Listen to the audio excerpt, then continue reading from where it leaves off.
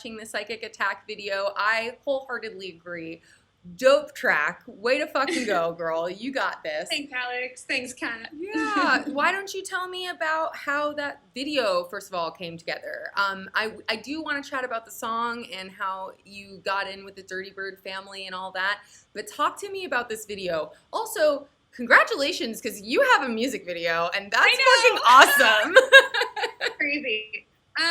So I was like kind of tasked with putting together a music video, and I just like having been so busy with everything else, I was like, you know, like I could come up with something, but like, do I want to be like directing it and creating this? It's like a lot to do by yourself. Yes. So it was like, so Andi had the idea of like kind of reaching out to this specific platform that she gets like pitches from. Oh, cool. And we got a bunch of pitches, and like 99% of them were wrong. Like 99% of them were people like turning this song into like a love story, and I was like, weird. This is not a love song. Are they even listening? Like what the fuck? I know. I was like, you're wasting your time. They just had ideas they already wanted to use. They were like, oh, yeah, probably. That's what I was thinking. Yeah. So, but then we got one from this guy, Vadim Lasha.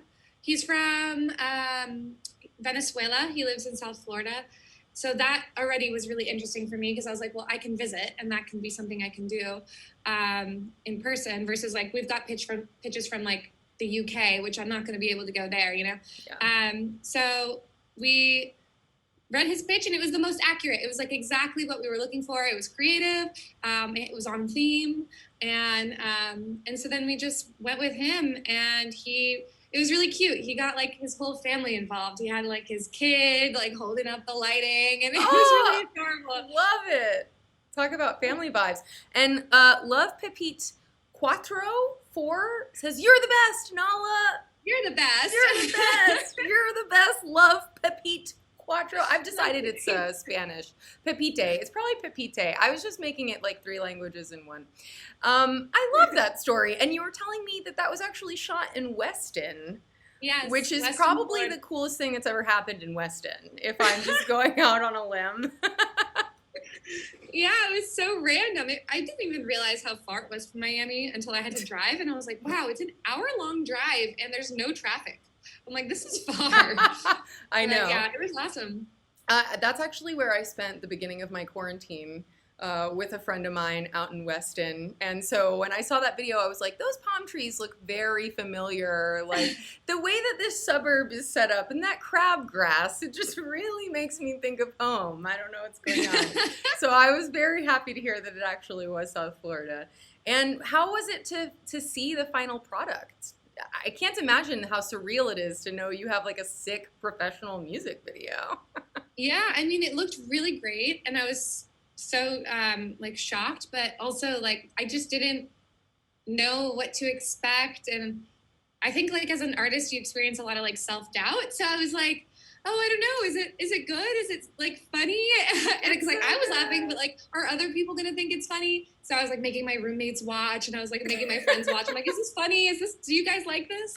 And then when I had like my weekly meeting with my manager, so it was like Andi and then Barkley, Cloud on Stroke, like together. Thank you. Yeah, Francis. Thanks, Francis. And I was like doing like a Zoom call like this, and it was them. I was watching them watch the video, so I was getting like a live reaction, and they were like cracking up. I was like, okay, good, thank God. It's so good. So, yeah, and I also like just seeing yourself in a video. I was like, oh, is that what I look like? You know, so. I loved your cameo. It was very cleverly done. I love that you are like the evil force in this universe. Yeah, I'm the dictator. Talk to me about Psychic Attack and Sun is Hot. I love both tracks, and I really like that you are singing about not love, which is hilarious that you say that some people wanted to sell you on these like love story treatments. And not that I'm knocking love, it's beautiful, it's great, you know, I hope everyone has love in their life, but there's so much more to the human experience than just love songs. And you actually, Psychic Attack is very much politically tinged, but not in a way that feels heavy-handed or like it's so serious. We all have to put our serious hats on and like get really kind of sad on the dance floor. Like it's still very funky. It's got a great groove, but it makes you think and it makes you laugh. Where did the inspiration for this come from, and when did you actually write it? It had to have been sometime this year, but yeah, I wrote both of them in last year. So I actually wrote "Sun Is Hot" first.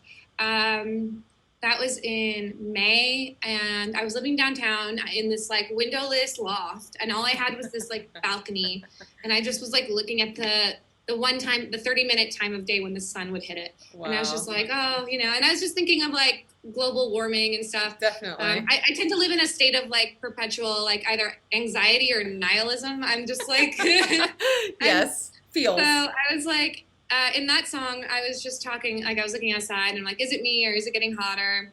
It is. Hotter than ever before. There seems to be nothing I can do to cool it down, because that's just my like personal thoughts on, you know, climate change. It just feels like I'm like hopeless. Yeah, I know. and then, you know, I feel your pressure. So a lot of my songs are also like double meaning. So, you know, it could also mean love, or it could also mean political climate. It's very open to interpretation. It's true. It is a bit sensual there when that "I feel your pressure" part gets going. I like it, but. And then, you know, and then also I had come from this more like down-tempo indie background. So that was like my kind of transition song to like more house, like electronic beats. And then Psychic Attack, I wrote around, I think it was like September, or it must have been September, but I have a studio in Studio City. Nice. And I was looking at the mixing board. I was by myself. And I was looking at the mixing board, and there was the word "attack," and I was listening to this beat. Yeah, and I was looking at. So everything is always external. I'm always like looking out and then reflecting in. So I was looking at the word "attack," and then I was listening to the beat, and I was thinking of Green Velvet, and I was like, "Oh, Psychic Attack! Like that's something that Green Velvet would say." That's a good thing to ask yourself in the studio. What would Green Velvet do? I love that. What would Green Velvet? And so I was sitting there, and I mean, also. I was like totally overwhelmed by the news. I was just feeling like it just felt like everything. I actually have a song coming out called "Everything Is Burning," but it felt like everything was. I felt like at that moment everything was burning. I just felt like. Also, I just felt like I don't know if this is true. This story I'm reading, because 2 days later I open up the news and they say that it's the opposite. I'm like, I don't know what's real anymore. I'm totally lost. And after the summer that you guys had in LA, I mean, it's just like.